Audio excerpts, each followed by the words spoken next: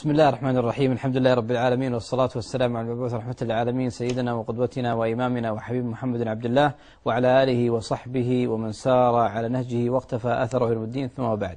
أعزائي المشاهدين والمشاهدات، أحييكم دوما بتحية الإسلام، تحية أهل الجنة الكرام، فالسلام عليكم ورحمة الله وبركاته. ويسعدني وأرحب بكم دوما في برنامجكم الأسبوعي حياة القلوب. سأل الله عز وجل أن يحيي قلوبنا على طاعتنا، ولذلك والقادر عليه.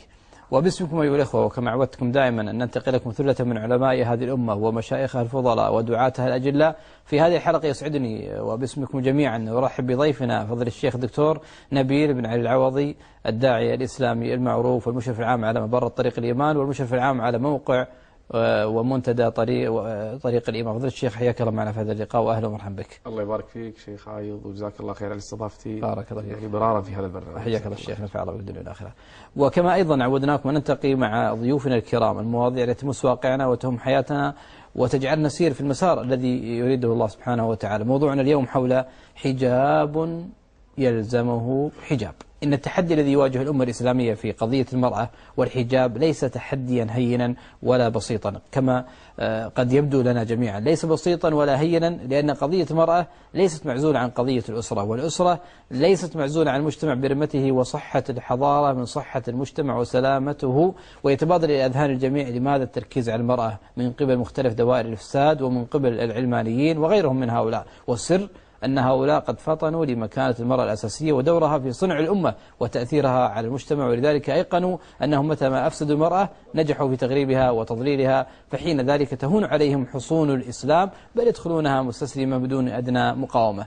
وقد برزت في السنوات الأخيرة مؤشرات إيجابية على عودة الأمة من جديد بفتياتها ونسائها إلى التزام شرع الله، غير أن هنالك ظاهرة سلبية أصبحت تظهر معالمها، وهي ارتداء المرأة الحجاب لحجاب لا تتوفى فيه أدنى المواصفات الشرعية، بل حجاب يحتاج إلى حجاب، بل أنه في كثير من الأحيان يفتقد إلى صفة الحشمة والوقار. وأصبح الكثير يقول أن هذا الحجاب يحتاج إلى حجاب كما ذكرنا آنفا. فحجاب يحتاج إلى حجاب، وهذا هو موضوعنا الخطير على موضوع المرأة ومعرفة مختلف جوانبه. معنا فضل الشيخ دكتور نبيل العوضي مرة أخرى، حياك فضل الشيخ. شيخنا، حجاب يحتاج إلى حجاب، يعني لماذا الحديث عن المرأة والحجاب ابتداء، ثم لماذا التركيز عليها من دوائر الإفساد المختلفة، ولماذا المرأة المسلمة بالذات؟ بسم الله الرحمن الرحيم. طبعا أولا كلامك جيد والمقدمة كانت كافية في الموضوع نفسه. النبي عليه الصلاة والسلام أخبر أن فتنة بني إسرائيل كانت في النساء، والشيطان أول ما بدأ في إخراج آدم عليه السلام وحواء من الجنة، أول ما بدأ بنزع اللباس. يعني لازم نفهم أن هذه أول معصية وقعت من البشر. حاول أن يغريهما بالوسواس قيل سنوات طويلة، حتى وقع آدم عليه السلام وحواء بأكل الشجرة، الأكل من الشجرة. الله عز وجل أمر بعدم الاقتراب من الشجرة، اقترب من الشجرة ذاق، فقط ذاق، فلما ذاق من الشجرة بدت لهما سوآتهما. هذه كانت خطة إبليس، أن ينزع اللباس أو العورة، يكشف العورة لبني آدم. هذه الخطة من عهد آدم عليه السلام إلى اليوم، تخيل كم أضل فيها من البشر. ولهذا الله جل وعلا يقول في القرآن: يا بني آدم لا يفتننكم الشيطان كما أخرج أبويكم من الجنة ينزع عنهما لباسهما. فقضية نزع اللباس بالنسبة للشيطان هذه أكبر وسيلة اليوم، أن ينزع عورة الرجل أو عورة المرأة. حتى الرجل عنده عورة أيضا، عورة الرجل أو المرأة، ليفتن البشر ببعضهم البعض. استخدام المرأة ليش؟ المرأة في الأصل أنها يعني تفتن أكثر من الرجل، ولهذا أمر الشارع الحكيم بحجاب المرأة الكامل. ما اختلفوا إلا فقط في الوجه والكفين، وللأصل ما في خلاف على باقي الجسد المرأة في وجوب تغطيته والتزام الحجاب. المرأة ليش المرأة؟ لأن المرأة اليوم سلاح. المرأة تستطيع يا شيخ تضيع رجل اليوم إذا يبون مثلا يوصلون لقائد أو نظام استخبارات، حتى يبون يسقطون رجل أو رمز أو يمسكون عليه ممسك. نعم. ما يقدرون إلا بالمرأة، يدسون مرأة بعد محاولة، محاولتين، ثلاث، أربع، حتى تصل للرجل. ولهذا قال عليه الصلاة والسلام: ما رأيت من ناقصات عقل ودين أذهب للب الرجل الحازم. تلقى الرجل قوي شجاع يتكلم بكلام ما حد يوقف أمامه، تأتي امرأة تضيع عقله كله.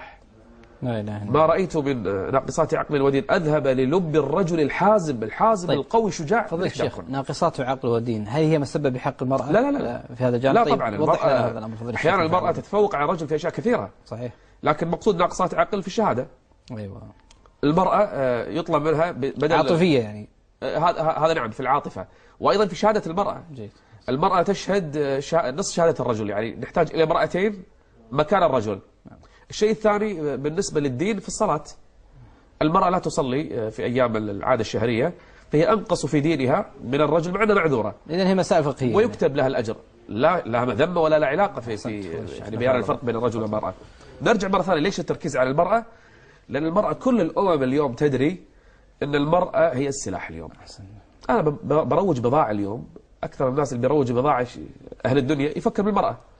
يأتي امرأة يغري فيها الناس، ما له علاقة، يعني أنا سيارات ولا بضاعة لي عطورات ولا بضاعة لي أوغاز مثلا، ما له علاقة بالمرأة. تاير. يأتون بمرأة فاتنة وتتعرى فقط لترويج بضاعة. اليوم حتى البضائع صورة امرأة عشان تتروج. الآن حتى يا شيخ يعني الدعايات، الأفلام والمسلسلات، يأتي مسلسل يبي ينتج مسلسل، ما يفكر فكرة المسلسل، قوة الهدف من المسلسل، الحبكات اللي في المسلسل، لا يفكر من الممثلات في المسلسل. يأتي بفاتنات ينزع ملابسهن فقط لترويج هذا المسلسل، ولا المسلسل تلقى لا في فكرة ولا هدف ولا سيناريو قوي ولا. ولهذا استخدام المرأة اليوم استخدام خطير. المرأة اليوم سلعة تروج فيها بضائع، سلاح تحارب فيه دول. المرأة اليوم، ولهذا احنا نقول أيتها المرأة المسلمة أنت بيدك التغيير اليوم. إما أنك تكونين امرأة صالحة فتوقفين كل مد التغريب اليوم عندنا، وتوقفين أمام الفساد اللي قاعد يحصل الآن في المجتمعات، أو تستسلم المرأة لدعاة التغريب اليوم فتضيع الأمة كلها. ما تركت على أمتي فتنة هي أضر على الرجال من النساء. طيب ليش الحديث هذا؟ لأنه صحيح، هذا الواقع اليوم. المرأة تقول شيخ زوجي ما شاء الله أنا 20 سنة متزوجة وش حالات حياتنا وعيالة ما شاء الله، فجأة زوجي تغير، كان ما يصلي، كان يطلع، كان يسهر برا، فلوس ما عنده، تغير علينا، كان يكره عياله. تكتشف في الأخير أنه ذهبت بعقله فتاة صغيرة ضيعت عقل هذا الرجل، ويا ليته تزوج. تقول الزوجة تقول يا ليته تزوج، لكن المشكلة دخل معها في الحرام، ضيع بيته وأسرته. الرجل العاقل تقول أنا زوجي مو كذي. فككت الأسرة وفسدت الأسرة وضيعت كل مسارات. في نساء ضيعت أسر، في نساء هي ما تبي تتزوج أصلا، تلعب على هذا وتلعب على هذا وتلعب على هذا وتلعب على هذا، فلوس وهذا وناسة وهذا كذا وهذا. مصيبة يا شيخ، مصيبة. صارت بعض الفتيات اليوم سلاح بيد الشيطان. الشيطان قاعد يستخدمها اليوم لتضييع أسر، لتفكيك أسر، لدمار مجتمعات. ادخل السوق اليوم يا شيخ، ادخل السوق وشوف الوضع. الشباب اليوم ما يبي يروح السوق يشتري ولا يتبضع، رايح السوق يترمش يطالع. أزياء احنا قاعدين، مو قاعدين في سوق مسلمين وناس جاية تتسوق وناس تتقي الله عز وجل في هذا السوق. اقعد في بعض المقاهي وطالع. والله يا شيخ في بعض الدول في أوروبا يمكن ما تلقى الفترة اللي تلقاها عندنا في بعض أسواقنا. وين رايح هذه؟ هل اللبس هذا رايح عرس ولا رايح سوق؟ مكياج صارخ، لبس فاتن، رائحة لو تمر هني عيون بعد نصف ساعة تشم رائحتها. ايش دعوة؟ وين قاعدة هذه؟ وين رايحة؟ رايحة عرس ولا رايحة بيت زوجة تتزين له؟ لا، والغريب بعض النساء تلقاها حق الزوج ما تسوي شيء. زوجها والله ولا درى عنها ولا شاف عليها شيء من الجمال هذا، تطلع برا تفتن البشر. ليش؟ وهل الله عز وجل خلقنا لأجل هذا؟ الله عز وجل يقول لنبيه يا أيها النبي قل لأزواجك وبناتك ونساء المؤمنين يدنين عليهن من جلابيبهن. الله. أجمل شيء لما تشوف الغربيات لما يسلمون يا شيخ، أول ما تسلم على طول تتحجب. أنا قبل شباب شفت لي في اليوتيوب مقطع لامرأة فرنسية الأصل، يعني أبا عن جد، أسلمت وزوجها مسلم لكن متجنس فرنسي عايش في فرنسا. المقطع ناقلين قناة إخبارية فرنسية، ويا ريت الناس يدشون عليه في اليوتيوب.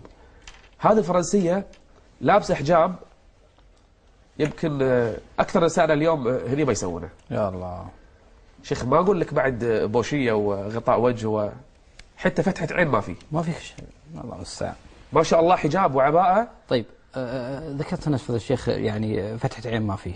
البعض هنا يعني يقول هذا فيه نوع من التشدد وفي نوع من يعني تضييق وفي نوع من التحجير عن النساء في قضية هذا اللباس، وهذا اللباس لم يكن لدى الصحابيات أو يأتون بأدلة معينة ضعيفة أو قس على ذلك في هذا الجوانب، ويقول لا نحن مفترض النساء يعني تستر فقط ما يعني يثير الشهوات وإلى آخره في هذا الجانب. لكن الحاصل الآن أن صار في نوع من أيضا تغيير لمفهوم العباءة بطريقة أو بأخرى. لذلك دعنا بداية نقرر ما أمرا، وهو ما هو الحكم الشرعي للحجاب وحكم هذا الحجاب، ثم مواصفات هذا الحجاب كما ذكرت من قبل قليل فضل الشيخ. نضع مواصفات عامة للحجاب حتى يفهم أخواتنا وبناتنا أن هذا الحجاب هذه هي مواصفات الحجاب، خاصة في زمن الفتن الذي نعيش فيه، وهو زمن فتنة شديدة للغاية.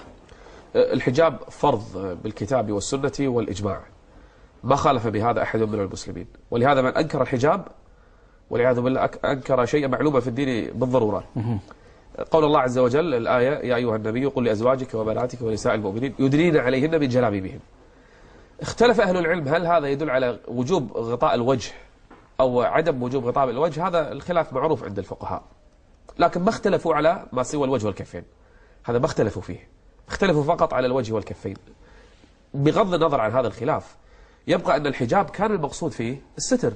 الحجاب هو الستر يا شيخ، يعني الحجاب يجب أن يكون واسع